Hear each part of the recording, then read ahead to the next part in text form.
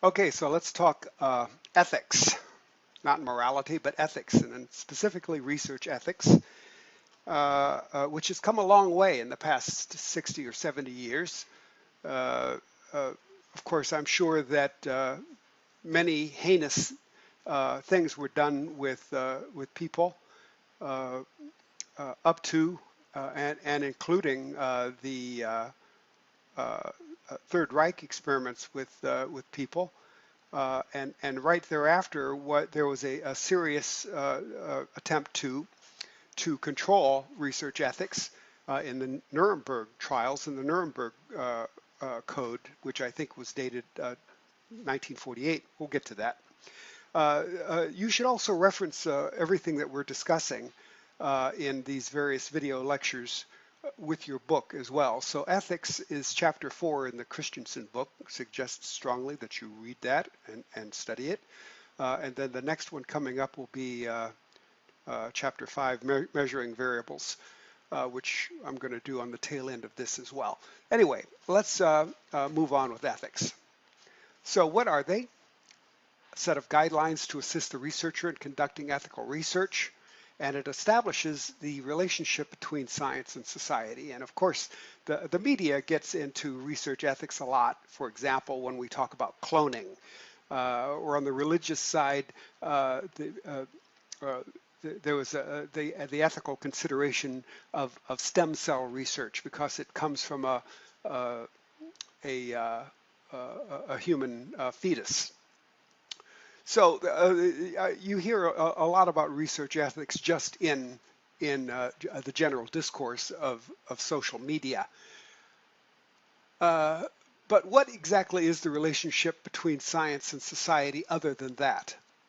I often ask people when they look at ethics and research ethics, if you could, let's say, if you were required to completely disassemble a newborn child in order to save 10,000 newborn children, would you do that?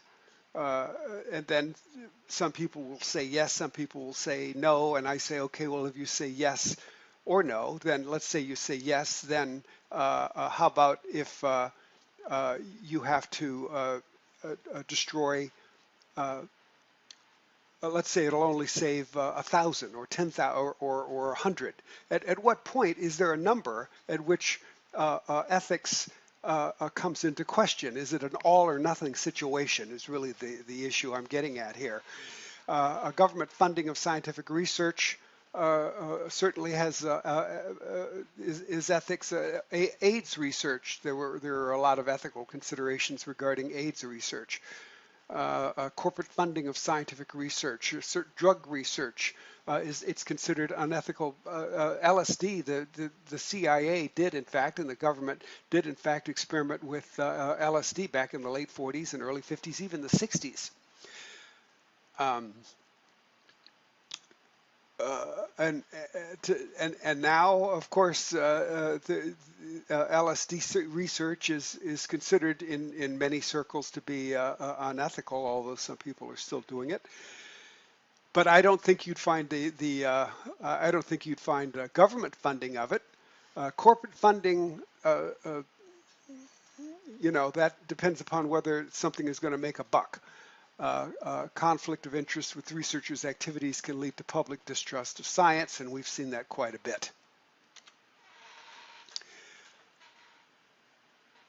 Some issues, of course, include professional issues and research misconduct. Oh, I can't tell you the number of research misconduct cases that have gone on and continue to go on. Fabrication, falsification, and plagiarism in performing, reviewing research and reporting research results. I think one of the latest is the whole thing that started that vaccination fiasco where the British researcher completely fabricated and pulled out of the air data. Of course, if you know how to structure data, you can make almost anything look right, but this was all completely false data where he suggested that vaccination was somehow related to autism. So that's fabrication, that's fraudulent data. And even, for example, if you do an experiment And maybe the data suggests that you're almost there. You're almost at the point of what we call rejecting the null hypothesis, but it's not quite there statistically.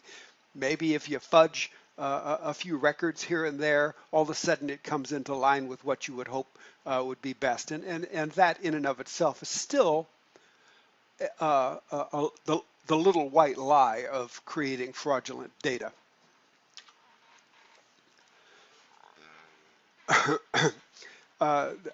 This is a somewhat disturbing picture of Nazis doing experiments on people. I had the experience of walking through Dachau, close to Munich, one December, cold December day, and there's a museum there, but a lot of the structures, or at least the foundations of the structures, the barracks and things like that, are still there. And there's a lot of pictures because they didn't destroy all of the photos that they took of the pictures of the various experiments that they did on human beings in Dachau. Very disturbing, and I think I did this. I walked through there maybe 8 years ago, and some of the images are still bright and vivid in my mind. And a picture like this is similar to that. This actually is a lot tamer than some of the stuff that I saw. We go into ethical dilemmas, and this is sort of what I started talking about in the beginning. Is that is it ethical to? And this, of course, is a ridiculous extreme scenario. But is it ethical? Would it be ethical to kill one person, let's say a very innocent child, in order to save 10,000? And essentially, this goes down to the root of if. Does the benefit of the research, is it greater than the cost of the participants? So what you're looking at, it boils down to a question of economics. Having some technical difficulties here. I think maybe I have resolved it now because it keeps cutting out on me, and then I have to restart. At least I had to restart on this slide. And I was talking about the cost-benefit ratio of research. The primary consideration, of course, should always be the welfare of the participant. And we at least in the last one, which now got cut off, so I need to mention again the Institutional Review Board, which exists in all institutions that receive federal funding. And I am pretty sure that CIIS probably has an Institutional Review Board as well, and reviews research involving human participants.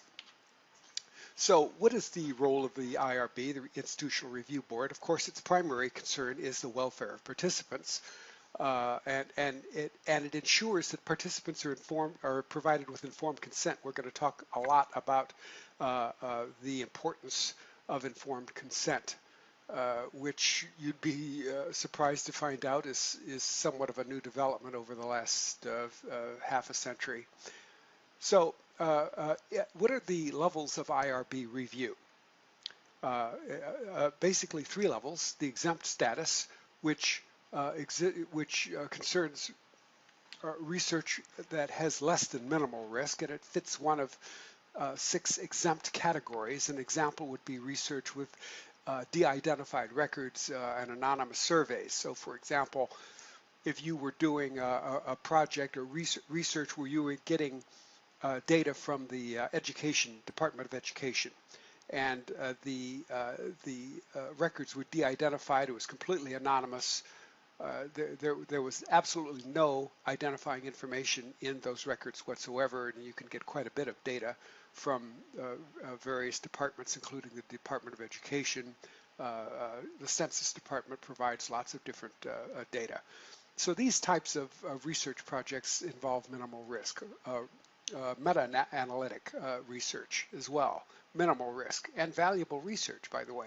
Expedited is not greater than minimal risk, or in other words, it is less than minimal, it is not greater than minimal risk, and it might be a collection of biospecimens by non-invasive means, like maybe collecting a specimen from your throat, like with a swab or something. then you get a full board research, and that's anything more than minimal risk. Not anything not covered under review categories. Now, you'd think, well, maybe survey research asking some questions doesn't involve risk, and yet I've had situations. One situation specifically, I was doing research, and within the packet, the questionnaire packet, there was a BDI, Beck Depression Inventory. And one of the questions in the Beck Depression Inventory involves suicidal ideation. And the members of the review board thought that perhaps this was a bit risky, because let's say somebody got to that question and answered it, and ideas of suicidality hadn't yet crystallized, although they had been considering it, but it hadn't yet crystallized. And the question indeed could perhaps crystallize some sort of suicidal ideation and would move it forward to planning, the planning stage. So the issue there was to provide some method for the person to resolve that issue just in case it came up.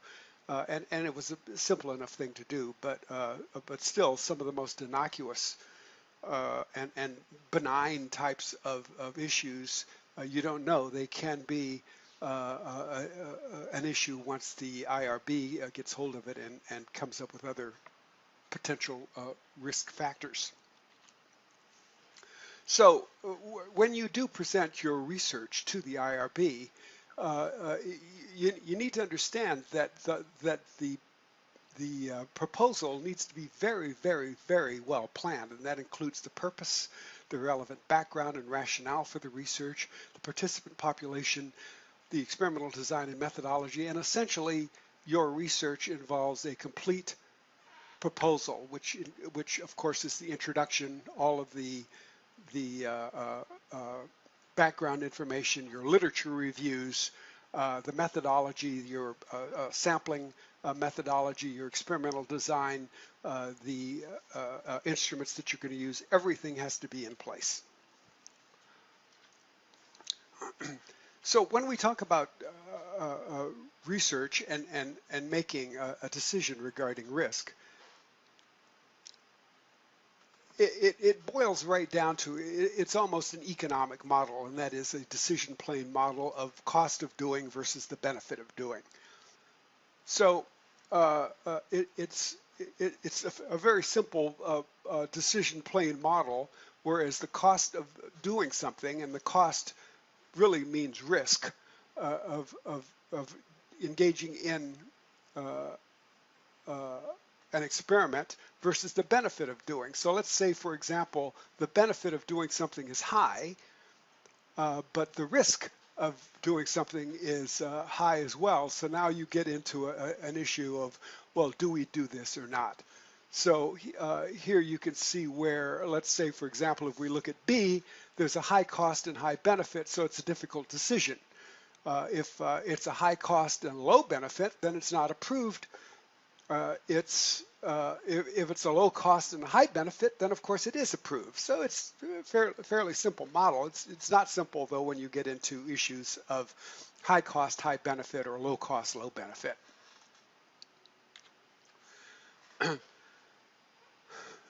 The history of ethical guidelines goes back to,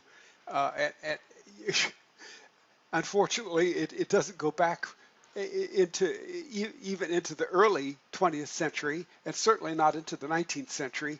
It starts with the Nuremberg Code and the results of the Nazi inhumane research, of which very little was derived. I wouldn't even elevate it to the level of research.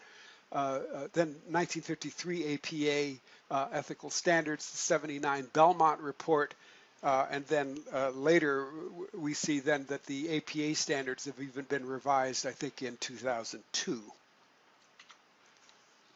The Nuremberg Code has the most basic common sense research ethics involved. Voluntary informed consent. You volunteer.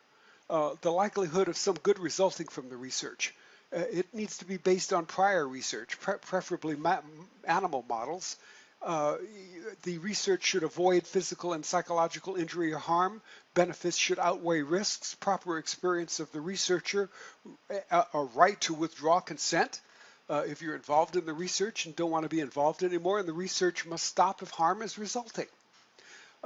Clearly, not part of the Nazi experimental code. And there's no mention here, by the way, of children, unconscious people, or others who may not be competent to give consent. The APA principles of psychologists in the Code of Content went on to be more specific and further, and in that it outlined the importance of beneficence and non-malfeasance, that the researcher has a responsibility of fidelity.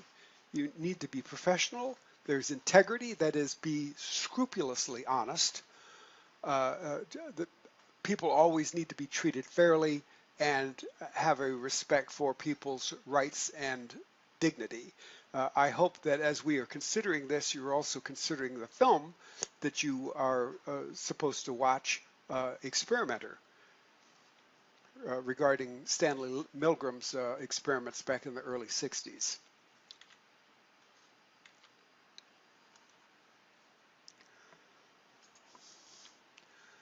The Belmont report,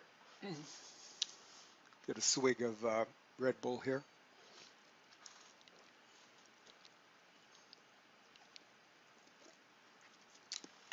Was really the major ethical statement guiding human research in the United States. And it was put forth by it was a federally funded report put forth by the National Commission for the Protection of Human Subjects of Biomedical and Behavioral Research in '79. And it covered boundaries between practice and research, basic ethical principles, and applications of principles as well. Now, even with the Nuremberg Code having come out, and the APA ethical standards, the first APA ethical standards in 1952, we still have, which started in 1932, the Tuskegee syphilis study. This story broke in 1972. If you're not familiar with the Tuskegee syphilis study, we'll talk about it here briefly, but I suggest also that if you want more detail, to please look it up, Google it.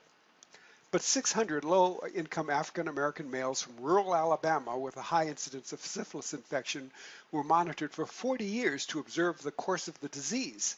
Now remember, this wasn't research to prevent syphilis.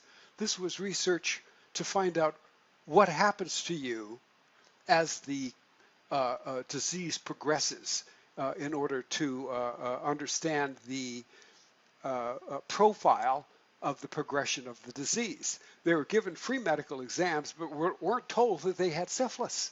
The cure for syphilis became available in the 1950s, but the families were denied treatment. So, you know, even when you have laws and ethical standards, they don't always apply, and they certainly don't always apply to everybody. So this, like I said, this broke in 1972. So even after Nuremberg, they were still doing stuff. Let's fairly quickly go over the APA ethical principles of psychologists in the Code of Conduct. I'll just go over the basic topics, and you can drill down on these. The first one is beneficence, in other words, doing good, and non-malfeasance, do no harm. So non-malfeasance is do no harm, and beneficence is do good. Fidelity and responsibility, that's essentially how psychologists or any researcher interacts with others. That includes informed consent, which establishes a trusting relationship. Uh, uh, in a sense, it's sort of a written alliance with the researcher, between the researcher and the participant. Integrity, not using deception or failing to maintain confidentiality violates trust. And you may ask, well, some experiments do require deception. How do we get around that? And we'll talk about that in a minute.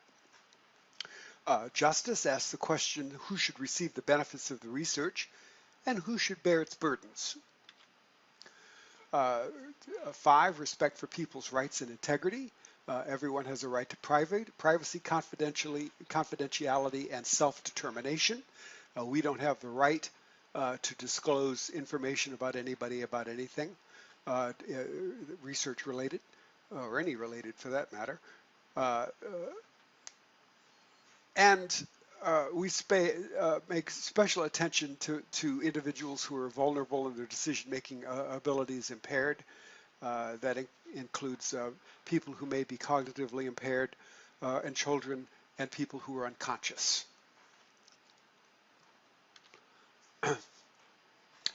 So the 10 standards of APA are there.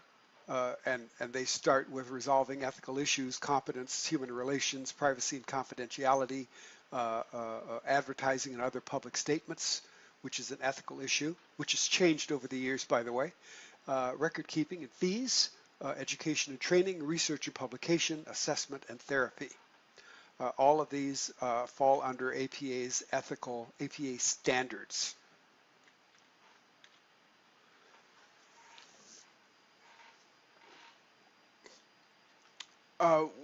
Standard 8, which is research and publication, informed consent. Of course, participants can make an informed decision to participate or decline. When can we dispense with informed consent? That is an important issue. When integrity of the data may be compromised, specific and limited conditions when there will be no distress or harm to the participants, and when permitted by law. Relative to minors, permission has to be obtained by legally authorized persons, must be given appropriate explanation of the study, and given assent. And by the way, assent versus consent, two different issues. Assent is the agreement to participate. And an assent isn't necessarily a consent. An assent may, so you have to have a minor's assent and the guardian or parent's consent. The APA specifies assent may be possible starting at around age 9, and most of the time can be obtained starting at age 14. Then there is passive versus active consent. Active consent is a verbal agreement and signing, whereas passive consent is giving consent by not returning the consent form. Most often used in research with minors, parents only sign and return the consent form when declining participation. And this is not consistent with APA standards. I mentioned that we talk about deception, which refers to deceit.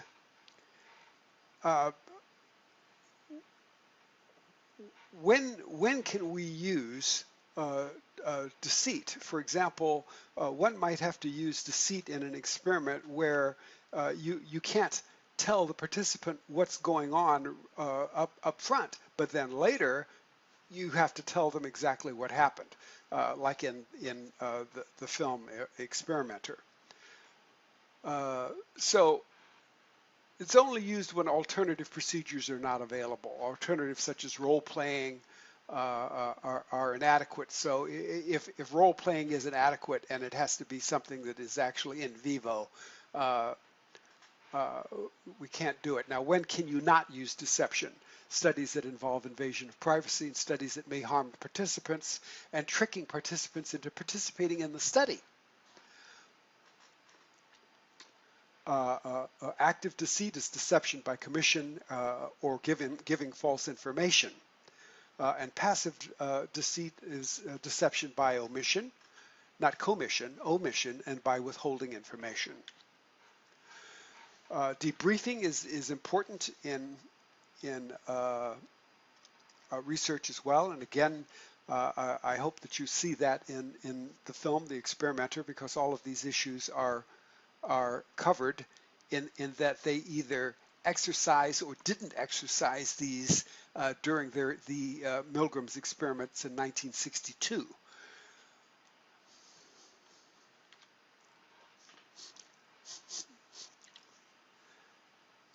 Coercion and freedom to decline participation. Participants should never be deceived into participating, and informed consent must always allow the freedom to withdraw at any point without penalty.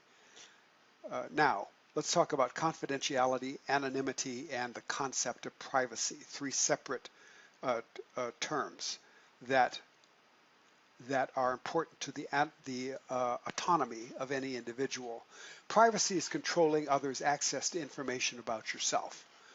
So if you want to control your private information, you might put up a firewall so that somebody can't hack or break into your system and learn about yourself. If you don't care so much about privacy, maybe you want to put all of your personal information and your life up on Facebook, and that way everyone can see what you're doing and not doing. But as far as research is concerned, you want to control who knows what. That doesn't necessarily mean that some people don't know about you. So privacy means that you are controlling the information, who gets it, who gets to see it, and who doesn't get to see it. So that's the issue of privacy. You are in control of who can see what. Anonymity simply means that you may participate in research, but nobody knows who you are or even that you did it. You are completely anonymous. You're totally exempt from knowledge about yourself. It goes beyond privacy. It's essentially you didn't do it. The only one who knows who did it is you.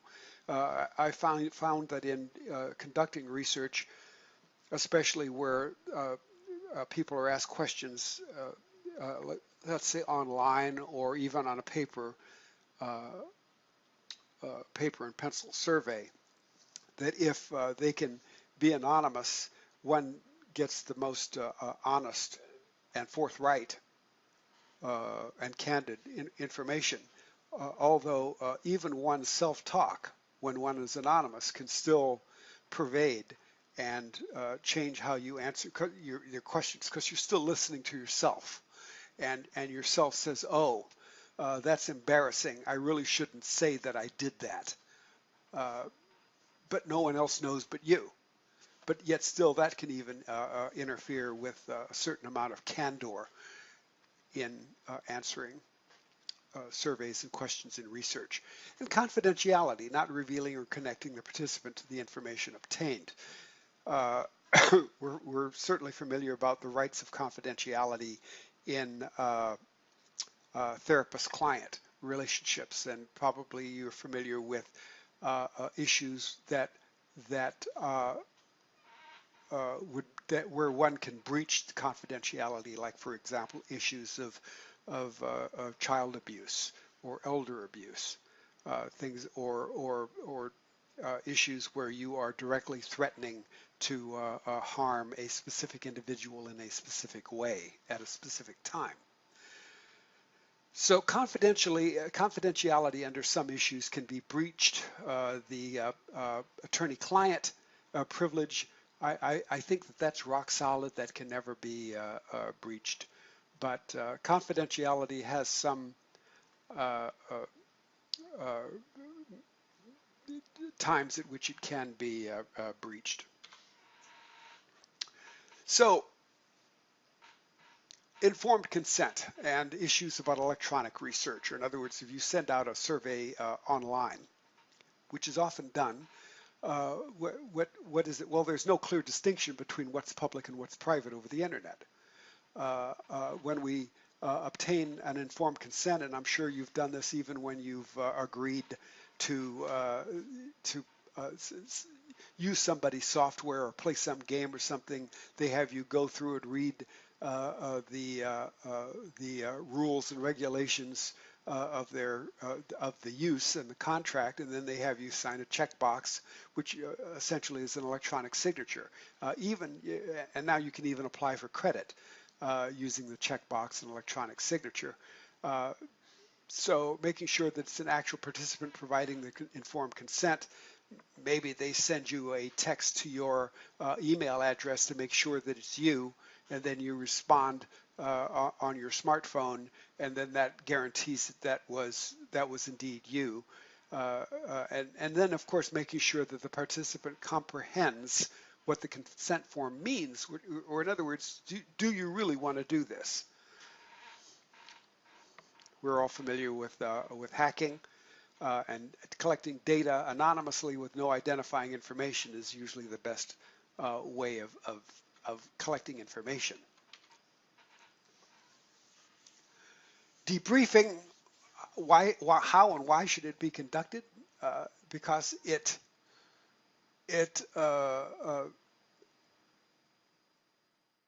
can avoid psychological trauma, which again, I hope that you see that in the film Experimenter. The other issue is attention being given to the possibility of participants not completing the study. This is important as a debriefing issue, not only for the participants, but for you. And the reason it's important for you is because one of the major threats to internal validity, and this is something that's coming up in chapter 6, and that is research validity, and an issue of internal validity, which is, can we indeed say that the independent variable was the cause of the change of the dependent variable? So one of the issues is what we call attrition or mortality.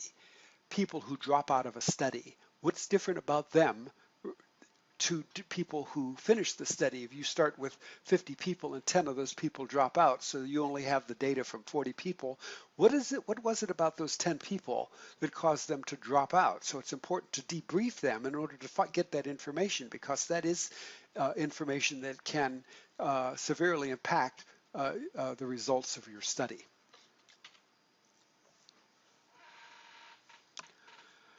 Of course, after a study is conducted, the last phase of the research process is to communicate the results to others through authorship. There's ethical considerations regarding identifying the people responsible for the study and those who participated. And then, of course, writing the report, the presentation, honest, written with integrity, avoiding plagiarism. I find that some people, when they do literature reviews, a very bad habit is to cut and paste out of somebody else's study. So if one were to do that, one would have to make sure that one said that Smith and Jones said in their study of this date that, then quote and unquote. Ethics of animal research. There's a separate Animal Welfare Act that's enforced by the Department of Agriculture and requires institutions with animal research to have this animal welfare, sort of an IRB for animals. It is interesting to note that child welfare and child abuse laws evolved from animal abuse laws. It wasn't the other way around. You were more responsible for not abusing your animals back in the 19th and early 20th centuries than you were for abusing your children. There's a big distinction, however, between animal welfare and animal rights. Do not get the two mixed up. Animal welfare involves improving lab conditions and reducing the number of animals used, and animal rights is a belief that non-human animals have similar rights to humans. APA guidelines also deal with animal welfare. As far as animal research is concerned, I've got a pie chart here showing the breakdown of animals used in research, mostly psychological research. But you can see that mice constitute more than 50% of the animals used in psychological research. Rats look like they're at about maybe 20%. Guinea pigs. Uh, my daughter's in the other room with her 2 guinea pigs, so I don't want to say that too loudly. Rabbits, amphibians, and fish, non-human primates, constitute an extremely small slice of that pie. Birds, other mammals, carnivores, farm animals, and other rodents. But mice and rats constitute the large majority of the animals used in